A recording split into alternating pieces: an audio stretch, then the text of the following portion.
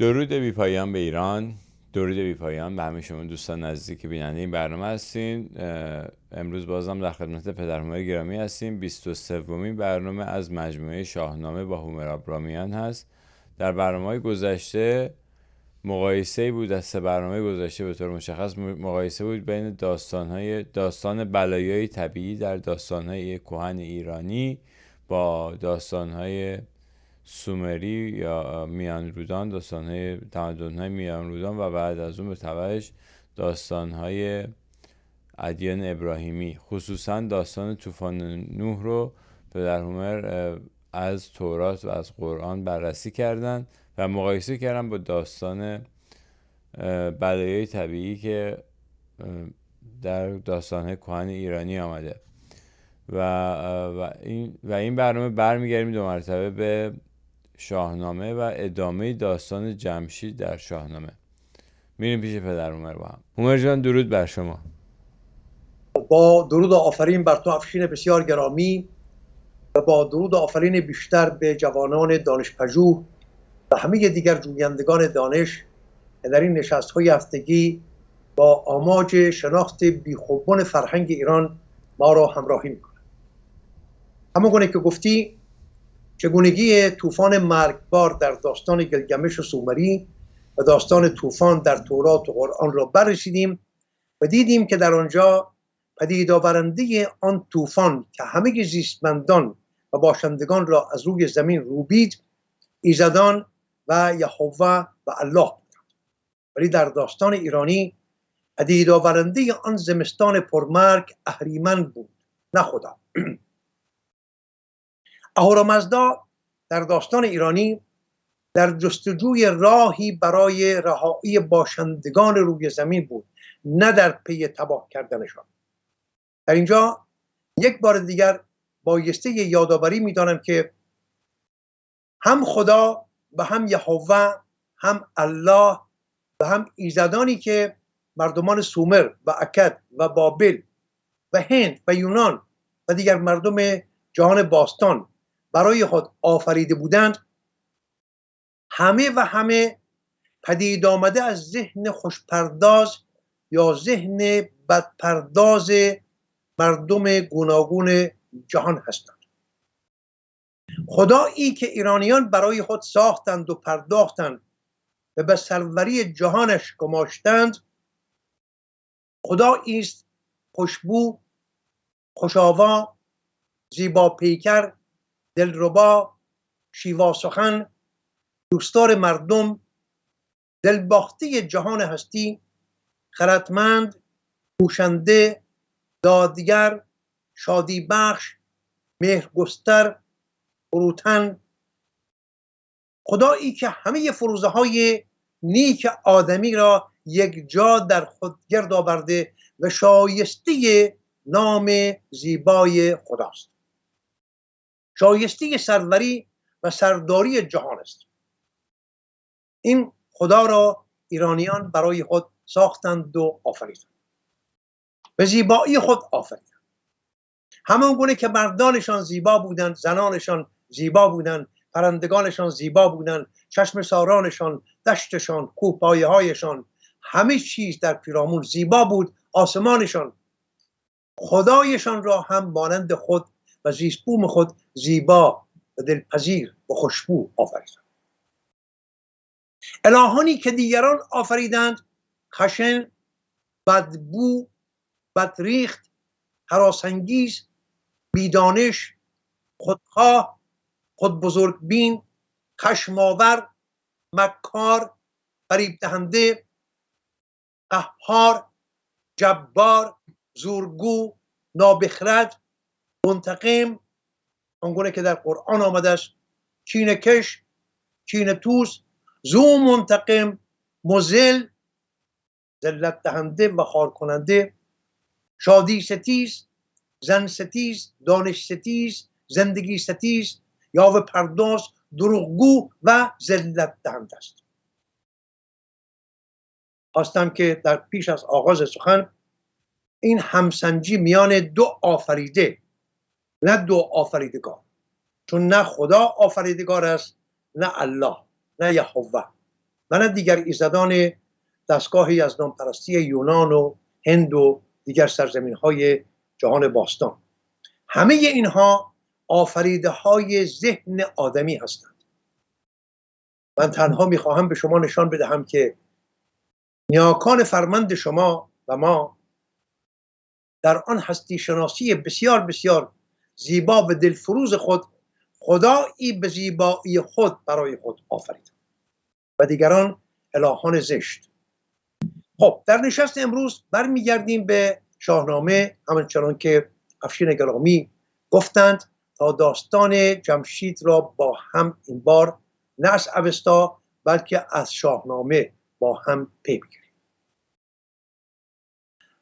پس از درگذشت طهمورث پسرش جمشید برآمد بر آن تخت فرخ پدر، به رسم کیان بر سرش تاج زر. کمر بست با فر شاهنشهی، جهان سر به سر گشت او را رهی. کمر بستن را گفته بودم که آهنگ کاری را انجام دادن است، یعنی کمر بست یعنی آهنگ این کار کرد و پا خواست برای انجام کار. و فر شاهنشاهی را نیز گفته بودم که نیرویی است نادیدنی و نابسودنی که از سوی دادار آفریدگار به شهریارانی خورشید چهر مانند جمشید داده می شود تا به یارمندی آن فر زمین را جشنگاهی بسازند برای آب و خاک و گیاه و جانور و آدمی و شادی و مهر میان باشندگان روی زمین بگسترند. فر شاهنشهی این چنین فردی است. آنان که در پی زهر پراکنی های حزب همیشه دشمنیار توده و دیگر خردباختگان آیین شهریاری و آیین شاهنشاهی ایران را خار می‌دانند، باید بدانند که خود را خار می‌شمارند. ایران است و فرهنگ ایران شهری. اگر اینها را دور بیندازیم انگاری که مرواریدهای گرانبهای خانه پدری را دور انداختیم. با خود چنین نکنید. با هرچه می ستیزید بستیزید، ولی با خدا و با فرد شاهنشهی نستیزید. خود را گرفتار روزگار بدهنجار نکنید. جهان سر به سر گشت او را رهی. رهی یعنی بنده و چاکر و فرمان بردار. پس نه تنها مردمان بلکه جانداران دیگر نیز در این جشنگاه بزرگ که زمین یا جهان است سر به فرمان جمشید گذاشتند و رام او شدند. زمانه برآسوده از داوری، به فرمان او دیو و مرغ و پری. داوری در شاهنامه بیشتر به چم برخورد و ستیز و تنش به کار رفته است و این نشان می‌دهد که در چرخه شهریاری جمشید مردم از ستیز و برخوردهای بدهنجار با یکدیگر آسوده گشتند. جهان گشت آسوده از داوری. داوری با آن چمی که امروز به کار میبریم نیست. داوری یعنی ستیز و ستیهندگی و نبرد و چالش. جهان را فزوده بدو آبروی، فروزان شده تخت شاهی بدو. منم گفت با فره ایزدی، همم شهریاری و هم بخردی. بدان را ز بد دست کوته کنم، روان را سوی روشنی ره کنم. در اینجا مانند همه دیگر شهریاران والاتبار ایران زمین در همان نخستین روز تخت نشینی برنامه کار خود را به پیشگاه مردم ارمغان می‌کنند. اندیشه های خود را، هستی شناسی و جهانبینی خود را با مردم در میان می‌نهند. نخست پایگاه والا و توانمندی های خداگونه خود را به رخ می‌کشند که من در پرتو فره ایزدی و با کار و کوشش در پرتو خرد و اندیشه نیک کوششی بسیار به کار خواهم بست تا با کوتاه کردن دست دیوان نابکار شادزیوی و بهروزگاری و بیمرگی را بهره شما مردم کنم و دیو تنگ دستی و بیماری و تباهی را از زندگانی شما بتارانم و مهر و داد بگسترم. در پی این سخنرانی امیدبخش در آغاز دستی به ابزار برد، در نام جستن به گردان سپرد. ناگفته پیداست که بدون کارمایه‌های بایسته نمیتوان به چنین آرمان شهر خجسته رسید. در هستی شناسی ایرانی خدا و آدمی دوشادوش هم در کار سازندگی و آفرینندگی هستند.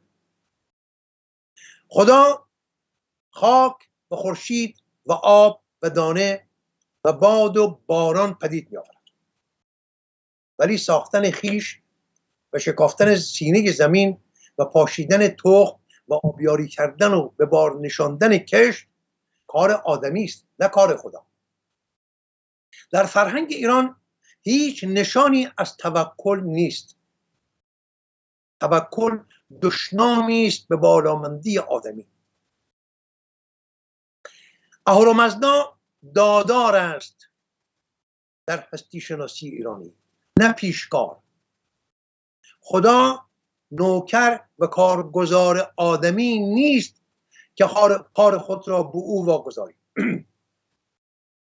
به جای توکل به خدا باید گیوه ها را ور بکشی و با کار و کوشش پیگیر از آفریده های نیک اهورامزدا بهره بگیر.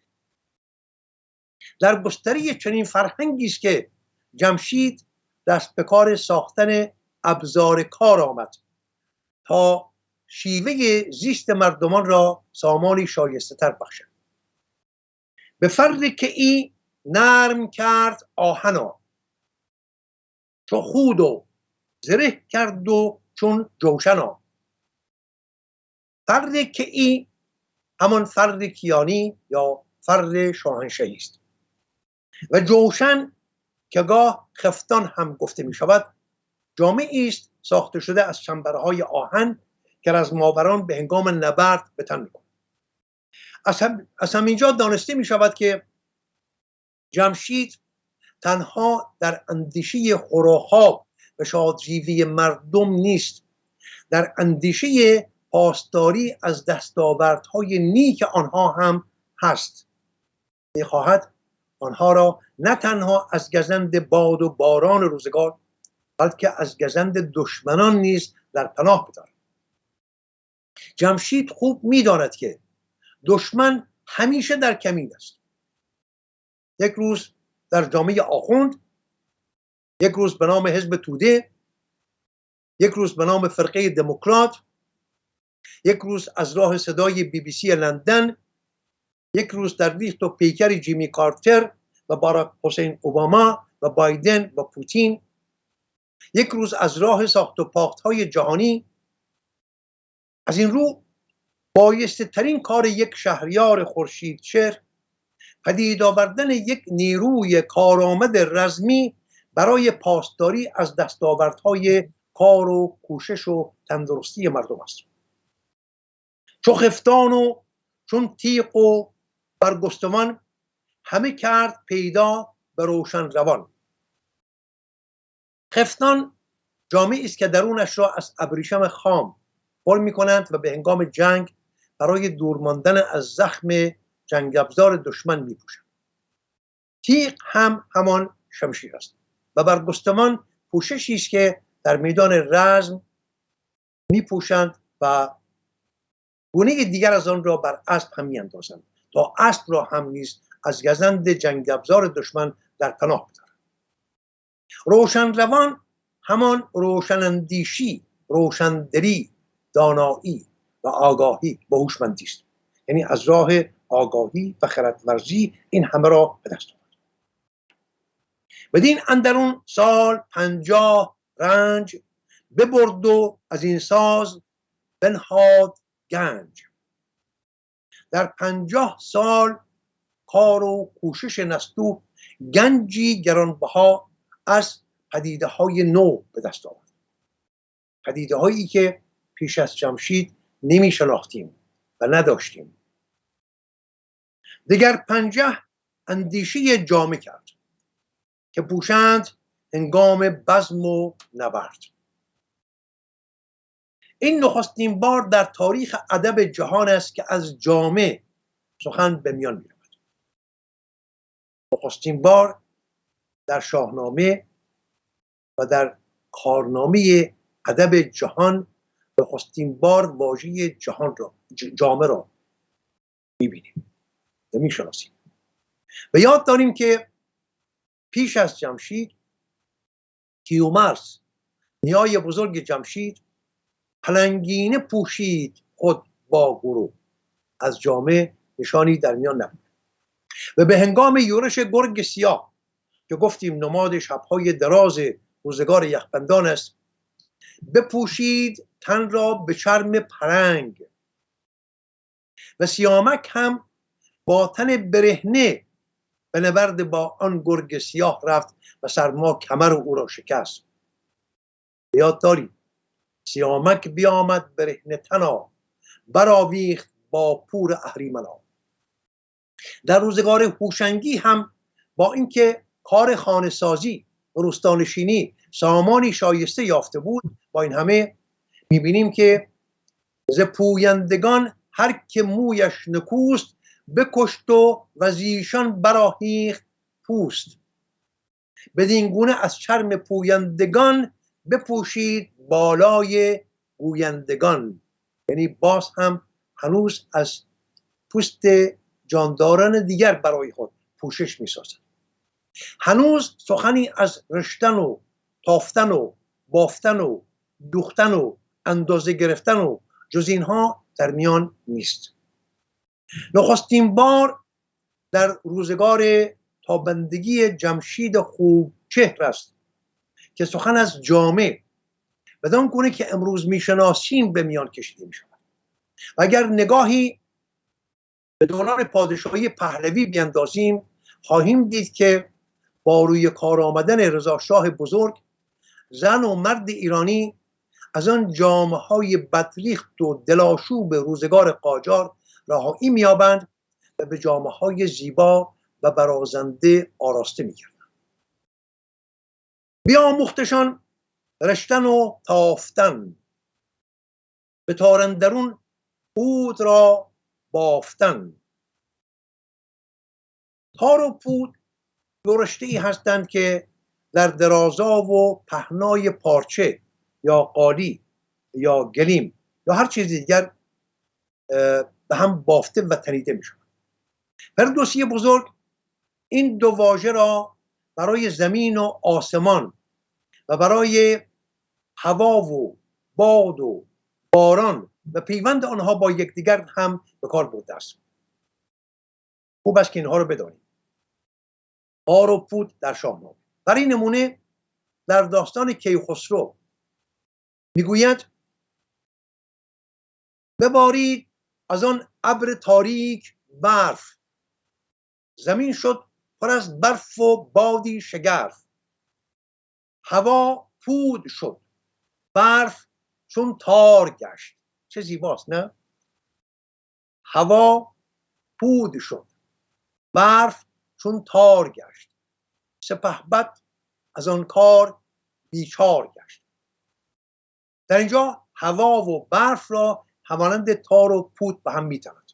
و در جای دیگری میگوید چو خسرو بران گونه بر کار دید، فلک بود دید و زمین تار دید. باز فلک پود شد، فلک پود دید، زمین تار دید. در اینجا هم آسمان و زمین را همانند تار و پود به هم پیوسته می‌دانند. و گاه داد و خرد را همانند تار و پود به هم می‌تند و میگوید ز یزدان از ما بر آن کس درود اگر درست گفته باشم که تارش خرد باشد و داد پود. که تارش خرد باشد و داد پود. این دو را این گونه به هم میتواند. برگردیم به کارنامه جمشید. چون شد بافته شستن و دوختن، گرفتند از او یک سر آموختن. و باز این نخستین بار است که از شستن و پاکیزه کردن و دوختن سخن به میان کشیده می شود و اینها همه از نوآوری های جمشیدند. پیش از جمشید مردم چیزی از پاکیزگی نمی دانستند. این پاکیزگی تنها در شستن جامه و تنپوش نیست، بلکه در شستن و پاکیزه نگه داشتن تن هم هست. این بسیار بسیار ارجمند است دانستن این نکته ها. کاوش های باستانشناسی در 100 سال گذشته نشان میدهند که ایرانیان از پیشتازان هنر ریسندگی و بافندگی و پارچه بافی در جهان بودند. اینها را باید که بدانیم و دستاویز همین داستان ها. سفالینه های رنگینی که از 10,000 سال پیش در زیر خاک‌های ایران به جا مانده و در 100 سال گذشته به دست آمدند، راستینگی این سخن را به رخ می‌کشند.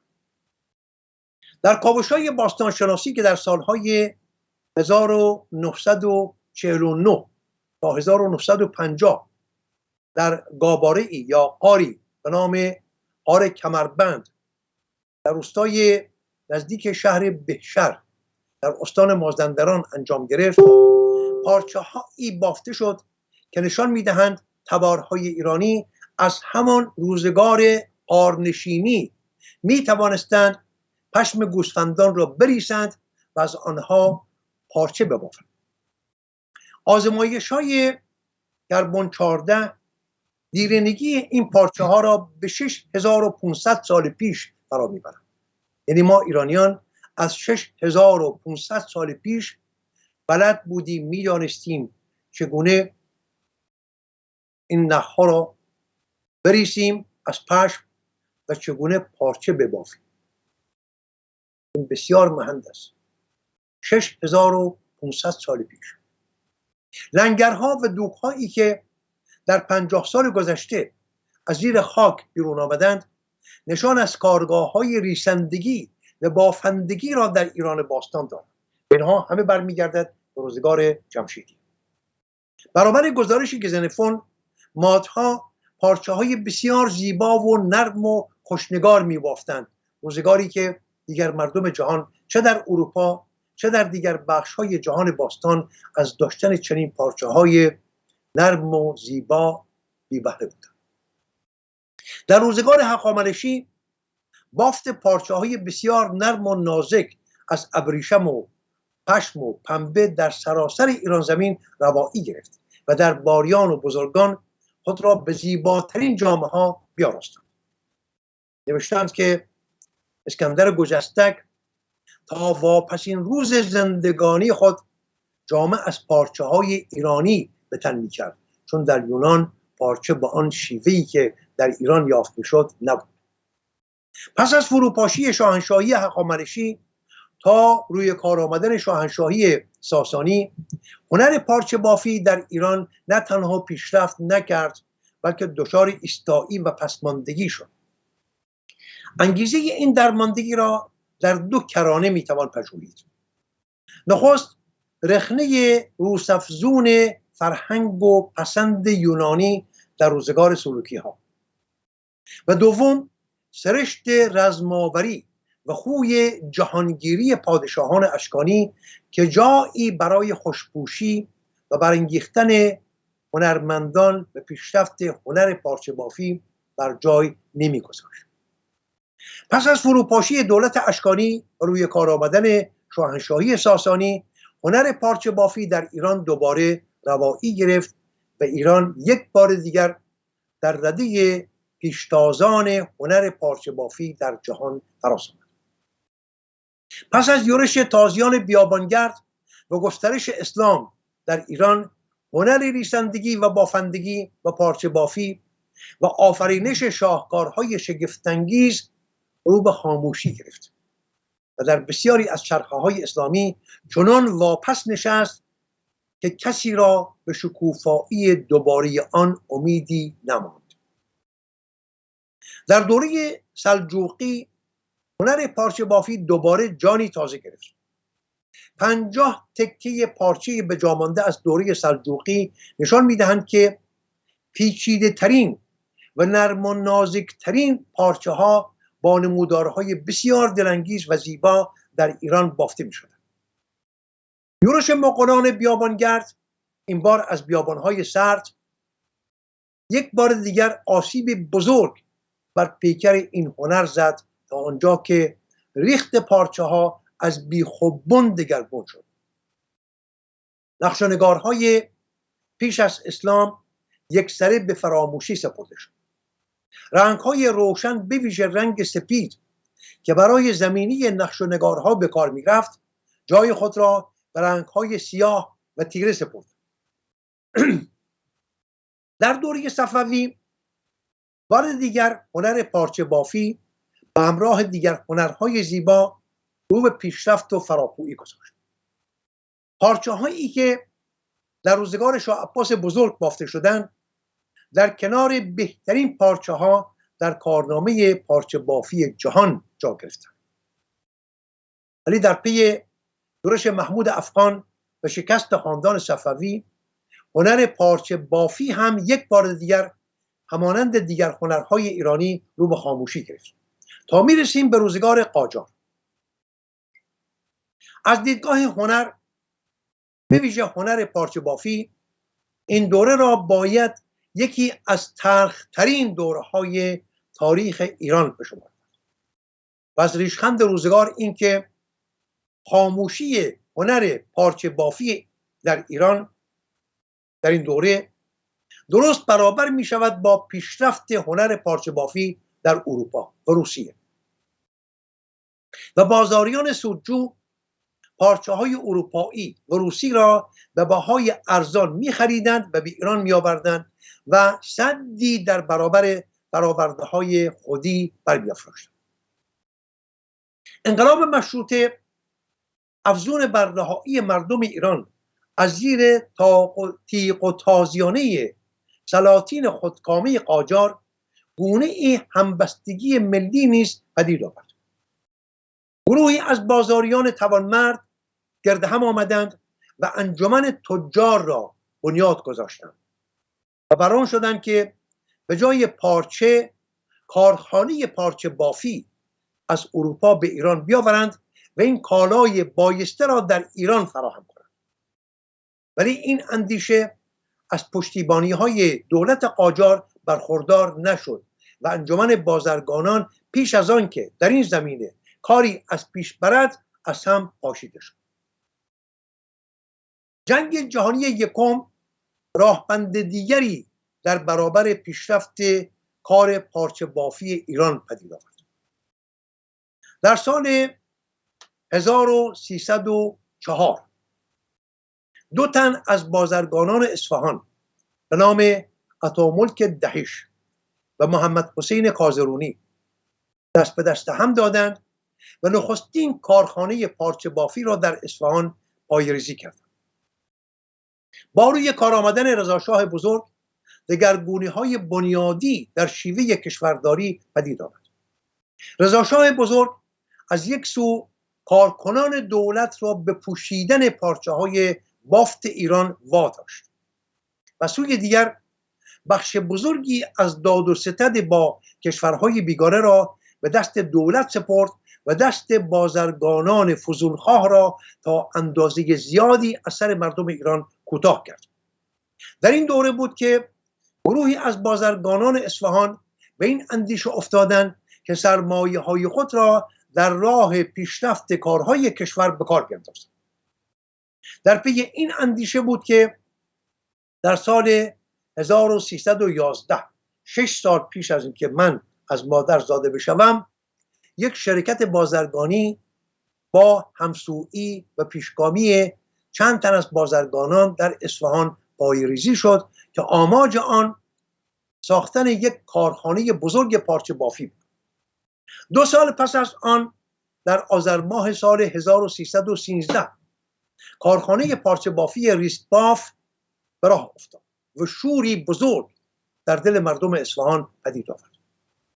1 سال پس از آن شرکت دیگری به نام زایندرود به میدان آمد و کارخانه های شهرضا و مهتاب را راه اندازی کرد و پس از چندی کارخانه های ریسندگی دهش و پشم باف نیز آغاز به کار کردند و بدین گونه اصفهان چهره ایران را از بیخوبان دگرگونه کرد. درود بر مردم هنرپرور و خوب اصفهان.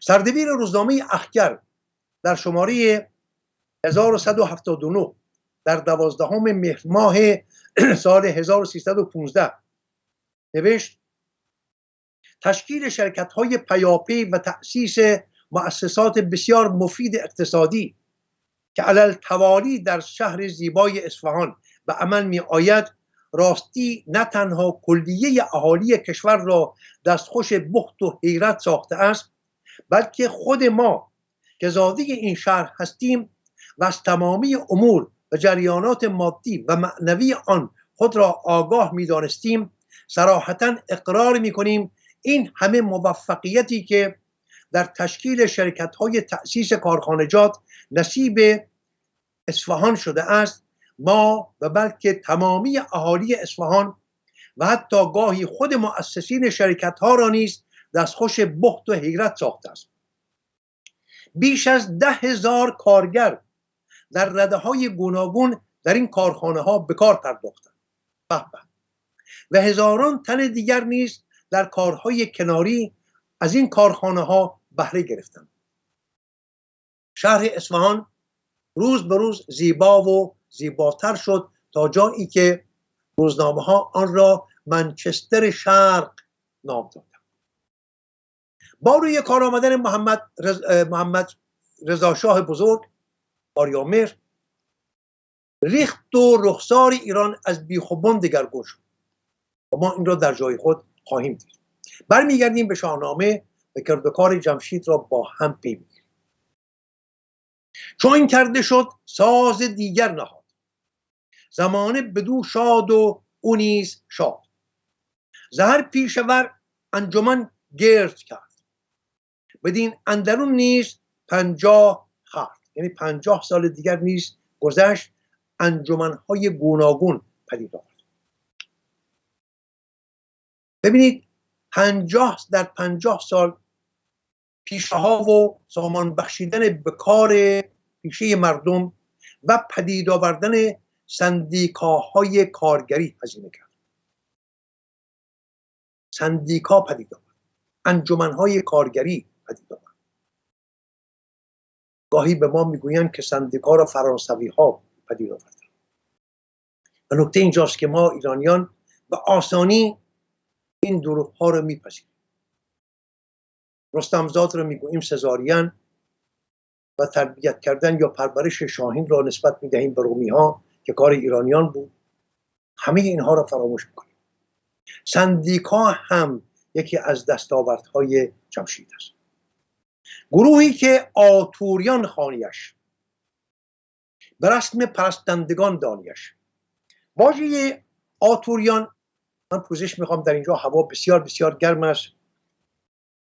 ما به تابستان رسیدیم. گمان میکنم شما زمستان رو آغاز کردید و ما در تابستان. بر روی واژه آتوریان افسوده آتوربان و آتوربان در زبان پهلوی همان آذربان یا آتشبان است که فردوسی این واژه را برای همه کیشبانان و رهبران دینهای گوناگون به کار برده است. برخی از نسخه نویسان که آرش این واژه را، چم این واژه را نمیدانستند، آن را به گونه کاتوزیان و تورانیان و خاتون زنان و آثاریان و ارزانیان و کاسوریان نوشتند. همه اینها نادرست است. شوربختانه بسیاری از این گونه واژه ها از راه نسخه های گوناگون شاهنامه به فرهنگ نامه ها نیز راه یافتند و مایه سردرگمی و دردسرهای بسیار گشتند. در نسخه ای که شما در دست دارید اگر واژه کاتوزیان یا کاثوریان با سه نقطه و ارزانیان و خاتونیان و جز اینها به کار رفته است همه را پاک کنید، همه خط بکشید و به جای آن بنویسید آتوربان یا آتوریان، همان آتشبان است، یعنی آتشبانان، بهدارندگان آتش. این واژه‌ای است برای همه کیشبانان. کیشبانان یعنی دینکاران، یعنی آخوندها، کشیشها، ملایان، پاپها، همه را در یک واژه گذاشته است، آتشبان. جدا کردشان از میان گروه. چه کرد جمشید بزرگ؟ همه این آتشبانان، همه این دینکاران را جدا کردشان از میان گروه. پرستنده را جایگه کرد کوه. گفت شما می‌خواهید الهان پنداری خود را بپرستید، بسیار خوب، بالای جانتان باشد و بماند، ولی بی زحمت تشریف ببرید بالای کوه، در شهر نمانید، کاری به کار مردم نداشته باشید. جدا کردشان از میان گروه، پرستنده را جایگه کرد کوه. بدان تا پرستش بود کارشان، نوان پیش روشن جهاندارشان. آقا بروید نوحه بخوانید بر بالای کوه برای الهان پنداری خودتون. نوان همان نالان و زاری کنان است. پیداست که نوحه خوانی و شیون و زاری برای الله یا برای پیامبران و امامان و دیگر یاران الله پس از رخداد کربلا همیهنان هم به فرهنگ دینی ما راه نیافته است. چنانچه میبینیم پیشینه نوانگری یا نوحه خوانی برای الله به روزگاران پیش از جمشید میرسد.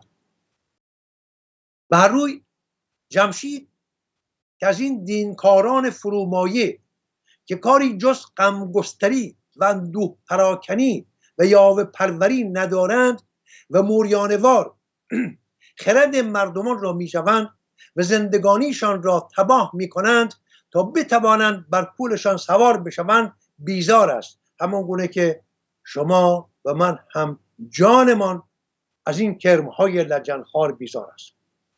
همه را از میان مردم جدا میکند و میگوید شما که نه میکارید، نه کار میکنید، نه درو میکنید، نه میبافید، نه میشویید، تنها کارتان همان خرافه تنیدن و موریانوار خرد مردمان را جویدن است.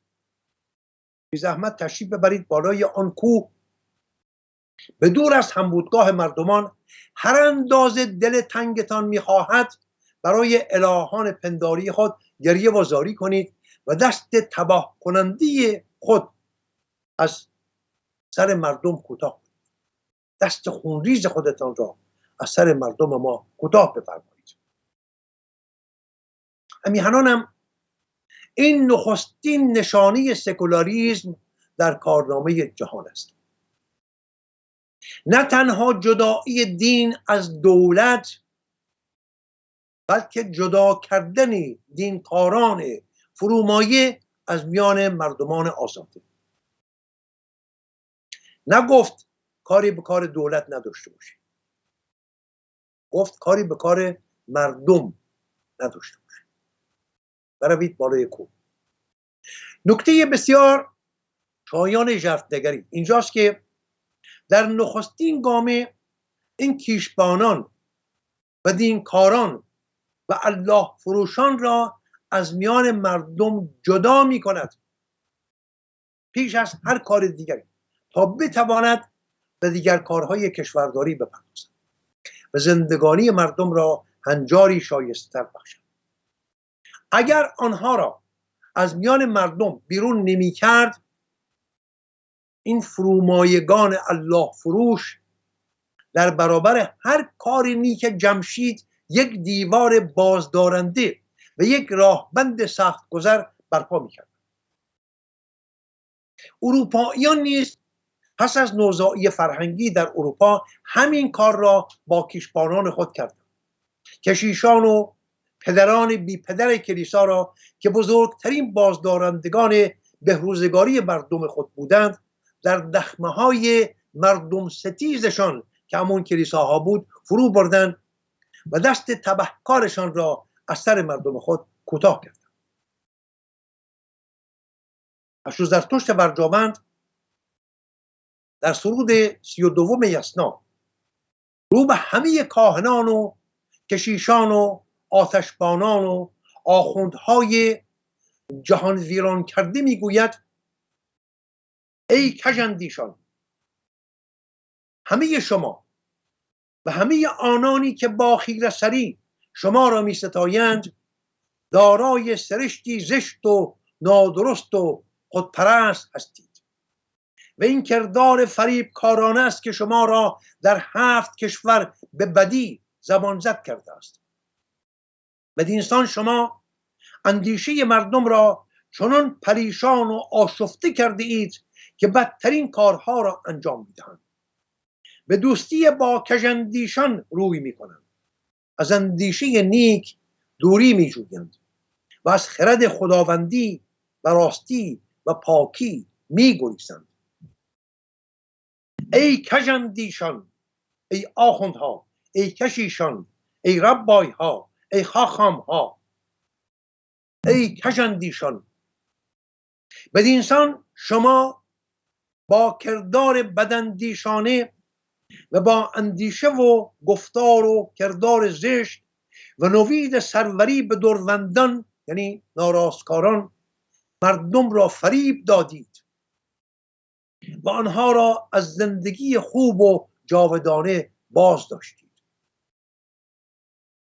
همیهنانم این بزرگترین شاهکار جمشید، همه کارهای جمشید به یک سو، این کار جمشید یک سو دیگر.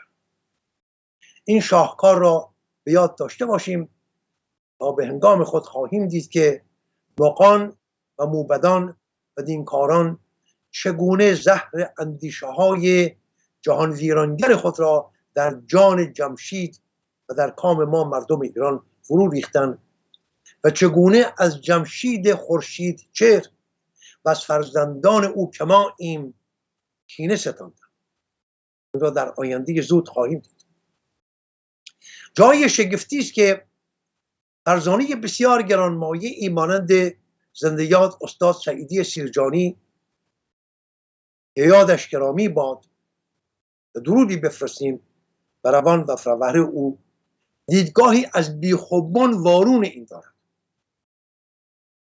بسیار بایستی می‌دانم که پیش از پی گرفتن داستان با دیدگاه این مرد بزرگ نیست که نقشی کارساز در خلالوش اسلامی سال 57 و فروپاشی خاندان پهلوی و روی کار آوردن دیوزادگان اهرمنخو در نیابوم اهورایی ما داشت آشنا بشم و بدانیم که استاد سعیدی سیرجانی که من او را بسیار بسیار گرامی می‌دارم ولی با این دیدگاهش در ستیز هستم، با هم ببینیم که استاد سعیدی سیرجانی چه میگوید.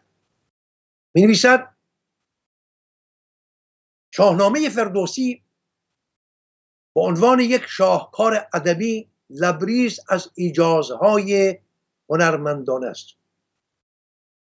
برای کسانی که اهل تأملند و کاشف اسرار، نه برای اذهانی که به خواندن رمان‌های پرشاخ و برگ و پر لفت و لعاب بازاری عادت کردند و به این انتظارند که لقمه ساخته و پرداخته را در کام آماده پسندشان بچپانند. این جماعت ممکن است با خواندن همین داستان ضحاک، سخن بر سر داستان ضحاک است که جمشید را دو نیمه کرد و مردم ایران را دچار سیاه روزگاری، با خواندن همین داستان ضحاک و تصور خودشان به کشف 1001 نقیصه پردازند که چرا چنین شد، چرا علت فلان حرکت را شاعر بیان نکرد. مثلا در مقدمه داستان با خواندن 2 بیتی که مربوط به سقوط جمشید است به زمزمه اعتراض برخیزند که عجبا شاهی بدین خوبی، این را به من میگوید استاد سعیدی شیرجانی، که عجبا شاهی بدین خوبی و رعیت پروری، آن هم در اوج قدرت، چگونه بدان سادگی سقوط کرد که فراری شد. چرا فردوسی چنین کوتاه آمده است، با 1 بیت سر و ته قضیه‌ای بدان اهمیت را به هم آورده است. مردم آسوده در ناز و نعمت لمیده چرا بدان سادگی و سرعت دستخوش طغیان شدند و بر او شوریدند. همه اینها را برابر می‌گذارد استاد سعیدی شیرجانی با خلولوش سال 57. و حال آنکه پاسخ این چراهای مقدر را فردوسی هم پیش از طرح مسئله داده است و از نخستین قدم اذهان نکته‌یاب را متوجه عاقبت شوم جمشید کرده است. خواهش میکنم از اینجای سخن به بعد رو خوب به یاد داشته باشید، چون میخواهیم به این نکته بپردازیم. میگوید که فردوسی از همان آغاز این نکته را روشن کرده است و هم در موارد مختلف جمشید نافرخنده سرانجام از همان لحظه ای که متفکران وارسته حق شناس را، یعنی آخوندها را، نفی بلد می کند و مجبور به اقامت در شکاف کوهساران و دل تاریک غارها، مقدمات قیام مردم و سرنگونی خود را فراهم کرده است. یعنی جمشید از همان زمان که این کیشبانان را به کوهستان فرستاد، پیش زمینه های فروپویی خود را فراهم کرده است. اگر این پیشوایان معنوی مردم، خوب گوش کنید همیهنانم، ببینید چه شد این بلایی که بر سر ما آمد، این 44 سالی که مردم ایران در زیر تیغ و تازیانه آخوند رنج میکشند، چه شد با این سخنان. اگر این پیشوایان معنوی مردم، یعنی آخوندها، این زبانهای گویای ملت از جامعه جدا نگشته و محکوم به اقامت در قله‌های جبال نشده بودند، به حکم شجاعتی که محصول حق پرستی و حق طلبی است، جمشید را در نخستین قدم هوسبارانش مورد خطاب و عتاب قرار می‌دادند و متوجه عواقب آسمان پیماییش می‌کردند که آقا تو را چه به فضا نوردی که می‌خواهی بروی به آسمان. به او می‌گفتند به جای ساختن تخت زمرد نگار و برپا کردن مراسم مصرفانه ای با آن طول و تفصیل، وقت و نیرویت را صرف خدمت به مردم کن و آبادی مملکت، و این خود مقدمه است که نتیجه قطعیش سقوط جمشید است. یعنی جمشید چون در اندیشه فضانوردی بود و میخواست که برود در آسمان ببیند در آنجا چه میگذرد، این مقدمه سقوط جمشید بود، چرا که دینکاران را به کوهستان فرستاد. علاوه بر این فردوسی با اشاره به سفرهای دریایی و هوایی جمشید، ببینید خورده میگیرد بر جمشید که چرا نیروی دریایی را پدید آورد، چرا دریانوردی آغاز کرد، چرا هوانوردی آغاز کرد. من نمیدانم همیهنانم چه باید گفت به این بزرگانی که با این نگرش یک سرزمین تاریخی چند هزار ساله را این گونه در کام اهریمن فرو بردند، در کام آخوند. فردوسی با اشاره به سفرهای دریایی و هوایی جمشید خواننده را متوجه این واقعیت می کند که دیگر جمشید همان جمشید گذشته نیست. اکنون هوش و حواس مرد از اوضاع مملکت و احوال رعیتش منصرف شده و به سیاحت دریاها و عروج به افلاک منحرف. نگاه کنید به رویه های یا صفحه های 44 و 45 از ضحاک ماردوش، استاد سعیدی سیرجانی.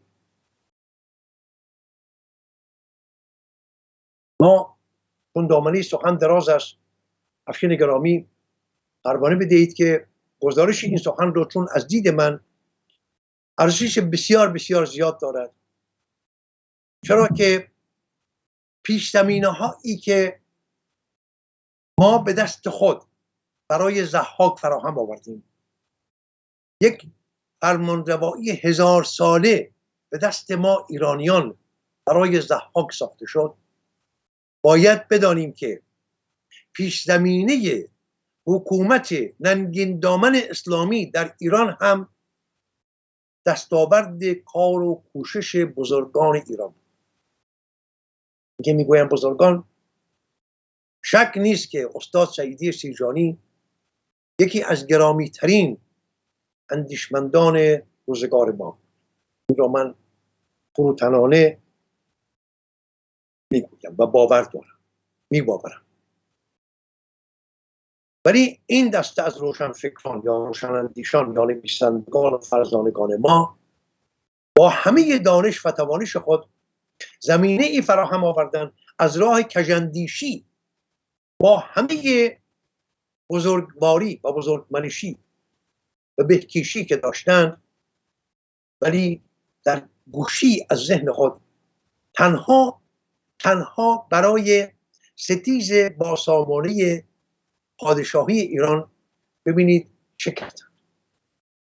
ببینید اوستا رو بلجن کشیدند، شاهنامه رو بلجن کشیدند، راستی را بلجن کشیدند و سرانجام زمینه فراهم آوردند که یک حکومت دوزخی فرو افتاده از زهدان دوزخ بر میهن ما فرمانروا بشود و هر روز جانی از جانهای ایران گرفته بشود و سرزمینی که روزی روزگاری شب چراغ روزگاران بود، دچار این سرنوشت که امروز میبینیم در میهن ما.